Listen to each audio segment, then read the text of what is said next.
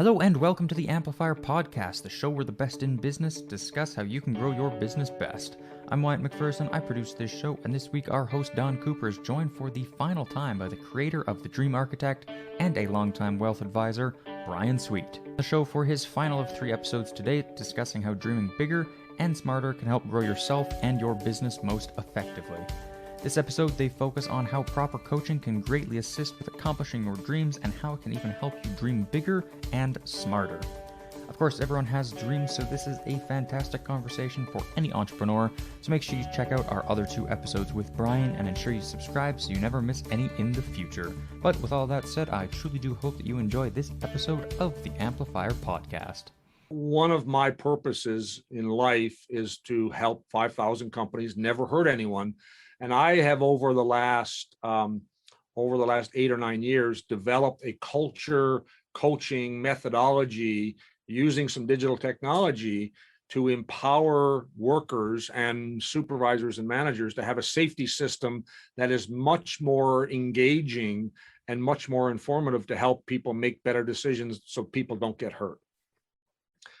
And so the next step in that, and so I've proven this concept inside my own house, my own business, where we're in our 10th year using this methodology, where we've had a worker injury rate in industrial environments of 0.0, meaning we've not hurt a person.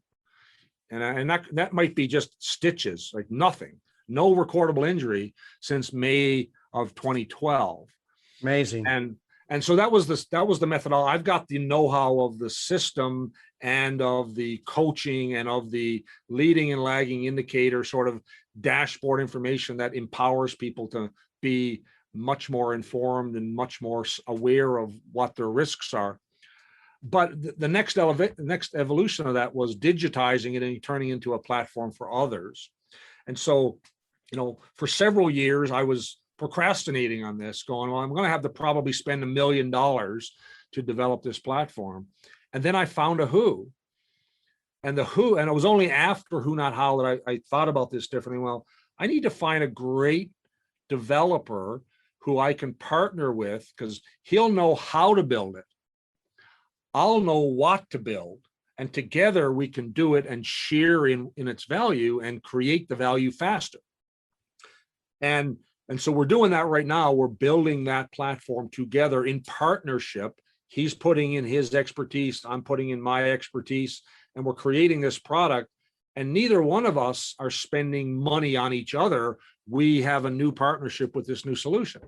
And about a month ago or so, I recorded a podcast with our mutual friend, Howard Getson. And Howard is now taking his artificial intelligence machine that he originally built for investment in hedge funds, and he's now developing it so other entrepreneurs can tap into his and his team's expertise into AI to help drive performance and better results. And so after we build the platform, I'm not then going to be talking with Howard about how the 3 of us get together and supercharge this thing with artificial intelligence. And again, we're just all going to figure out how to share in the value and share in the contribution. And, without that, if I had just decided to be a rugged individualist, I might have had this dream, your language, this dream in my head of here's what I want this to be, but it might have taken me 10 years to get there. Now I can see that it could be a reality within the year.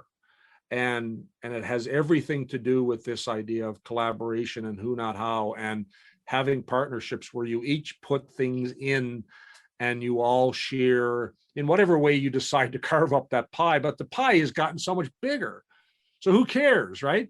I want to own everything about this small pie. Well, I'm happy to own a piece of this new opportunity, specifically when it's grounded in fulfilling a big part of your purpose. Now you are correct me if I'm wrong, but you now are coaching entrepreneurs in how to dream.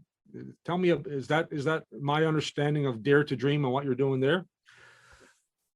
We work a lot with entrepreneurs, and part of the Dare to Dream concept is teaching them to think bigger and how to apply it to all their business skills and their platform, if you will.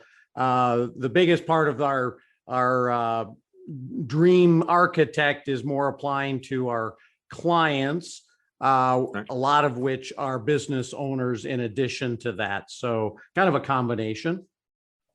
Okay. So walk me through, give me some tips that you give your clients and how to dream bigger and think differently. Like what is the process you go through, irrespective of if it's a financial client or it's some other entrepreneur? I just want to get some tips out to our listeners on how they can expand their mind and get rid of, expand boundaries, get rid of self-limiting beliefs, that sort of thing.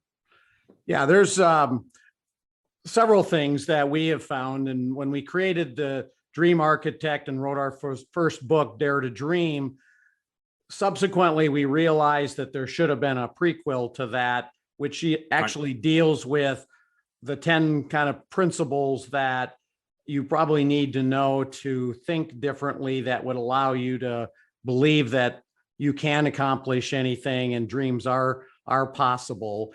And, some of those are things as simple as mindset, and really hanging around the right people is a critical one. So if you find in your conversations that your friends or family tend to be those that are naysayers, or when you're talking about something that you want to do or accomplish, they give you well, you can't do that, or that, why would you think that that's possible?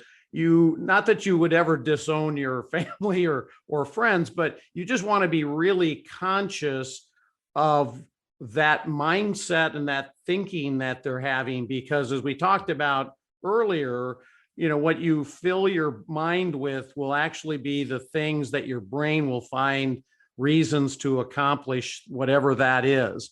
And so you don't want to fill it with anything negative, garbage in, garbage out concept. And so try to be around people that are encouraging, that think positive, that, want the best for you, and just at least be conscious of that. I think another, thing is just aware of the environments, what you put into your own brain. So it's the 6 inches between your ears. So I tend to be exceptionally focused with my team on always pointing out little things that they've done right, because one, it encourages them to do more of that activity. But I have just found the more you say positive things, the more you reward by saying good job. Even doesn't necessarily have to be financial. It is an encouraging vehicle, just doing simple things like that. So those are a couple quick ones that I've had very good success with. And we talk about all 10 of those principles in the new book that are coming out.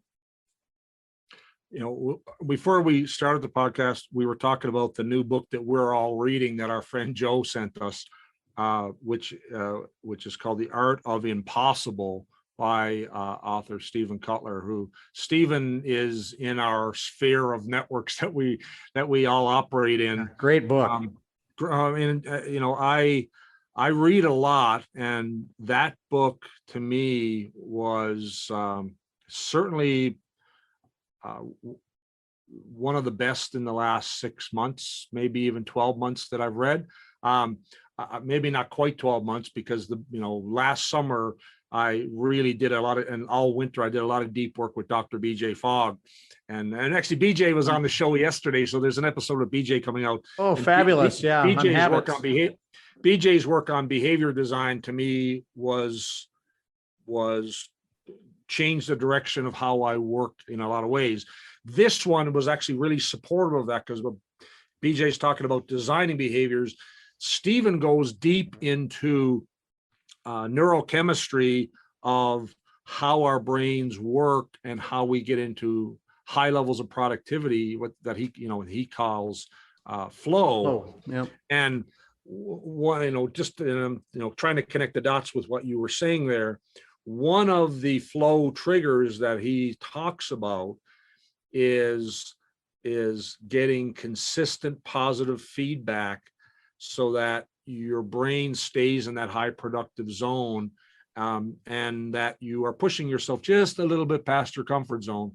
And a lot of people who are not familiar with some of these ideas might think that, oh, well, lots of positive feedback might feel a little wishy-washy, a little bit, just do your job. Well, the science is that when people get positive enforcement regularly, it changes the brain waves in the anatomy of their brain so that they can stay in a more productive zone. It also changes the brain chemistry. And when you're in that state of if you're working on challenging work and you're getting good, constructive, positive feedback, it creates a cocktail of a whole bunch of positive neurotransmitter chemicals like dopamine and serotonin and endorphins that keep people more productive. It actually speeds up learning. It speeds up mastery. Like there is massive bodies of science that support regular, consistent, positive feedback to your team, particularly when they are working on challenging work.